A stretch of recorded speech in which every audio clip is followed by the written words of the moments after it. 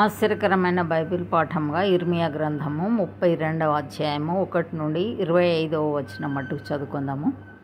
యూదా రాజైన సిద్కియా ఏలుబడి 10వ సంవత్సరంన అనగా నెబుకద్రేజరు ఏలుబడి 18వ సంవత్సరంన యెహోవా యుద్ధ నుండి ఇర్మియాకు ప్రత్యక్షమైన వాక్కు.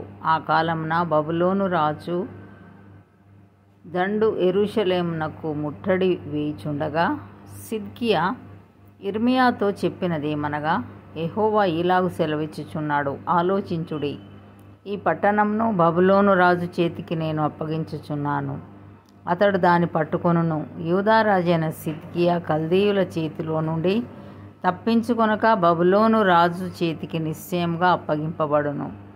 సిద్కియా అతనితో ముఖాముఖిగా మాట్లాడును, కన్నులారా అతని చూచును. అతడు సిద్కియాను బబులోనునకు కొనిపోవును, నేను అతని దర్శించు వరకు అక్కడనే ఉండును. ఇదే యెహోవా వాక్కు. మీరు కల్దీయులతో యుద్ధం చేసినను మీరు జయమునొందరు అను మాటలు నీవేళ ప్రకటించుచున్నావని ఇర్మియాతో చెప్పి అతనిని చెరలో వేయించి ఉండెను. కాగా ప్రవక్త అయిన ఇర్మియా యూదారాజు మందిరంలోనున్న చెరసాల ప్రాకారంలో ఉంచబడి ఉండెను.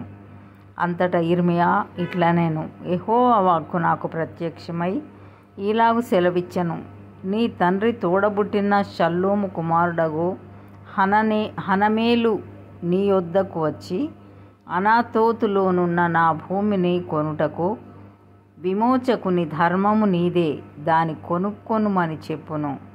కావున నా తండ్రి తోడబుట్టిన వాని కుమారుడైన హనమేలు యెహోవా మాట చొప్పున చెరసాల ప్రాకారంలోనున్న నా యొద్దకు వచ్చి బెన్యామీను దేశమందలి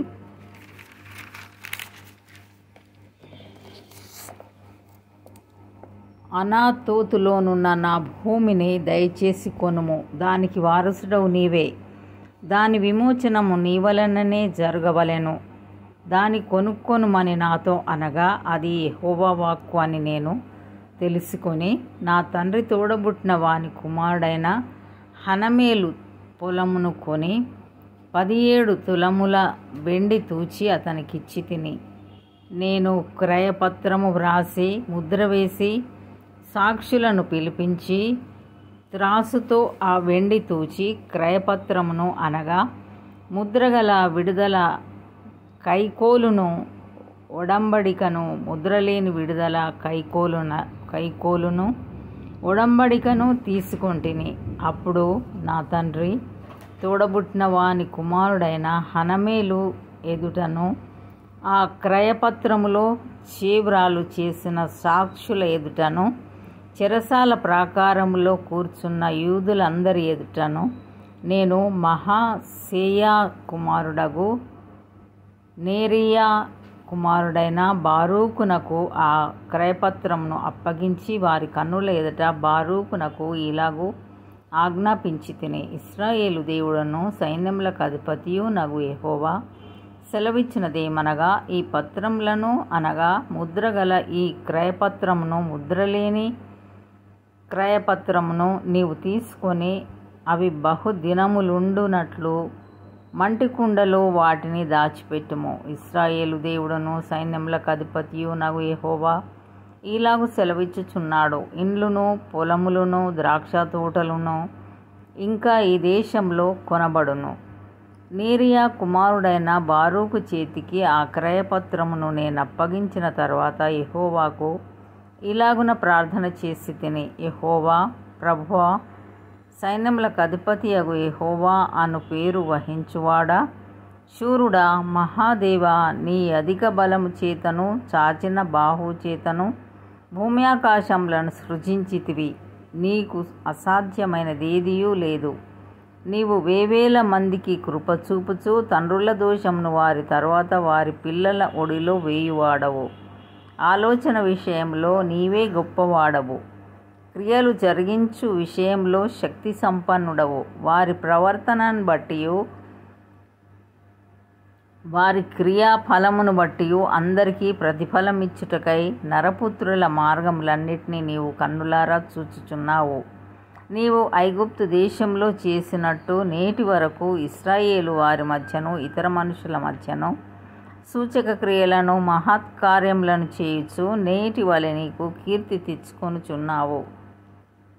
సూచక క్రియలను మహత్కార్యములను జరిగించుచు మహాబలము కలిగి చాపిన చేతులు గలవాడవై మహాభయము పుట్టించి ఐగుప్తు దేశంలో నుండి నీ ప్రజలను రప్పించి మీకిచ్చేదనని వారి పితరులకు ప్రమాణం చేసి పాలు తేనెలు ప్రవహించు ఈ దేశమును వారికిచ్చితివి. వారు ప్రవేశించి దాని స్వతంత్రించుకొనిరి గాని నీ మాట వినకపోయిరి, నీ ధర్మశాస్త్రం అనుసరింపకపోయిరి. వారు చేయవలెనని నీవు ఆజ్ఞాపించిన వాటిలో దేనిని చేయకపోయిరి గనుక ఈ కీడంతయు వారి మీదకి రప్పించి ఉన్నావు. ముట్టడి దిబ్బలను చూడుము, పట్టణమును పట్టుకొనుటకు అవి దానికి సమీపించుచున్నవి. ఖడ్గము, క్షామము, తెగులు వచ్చుట వలన దాని మీద యుద్ధము చేయుచుండు కల్దీయుల చేతికి ఈ పట్టణము అప్పగింపబడును. నీవు సెలవిచ్చినది సంభవించెను, నీవే దాన్ని చూచుచున్నావు గదా. యెహోవా ప్రభువా, ధనమిచ్చి ఈ పొలంను కొనుక్కొని సాక్షులను పిలుచుకొనుమని నీవే నాతో సెలవిచ్చితివి. అయితే ఈ పట్టణము కల్దీయుల చేతికి అప్పగింపబడుచున్నది. ఇంతటితో ఈ దినం కొరకైన బైబిల్ పాఠము సరి.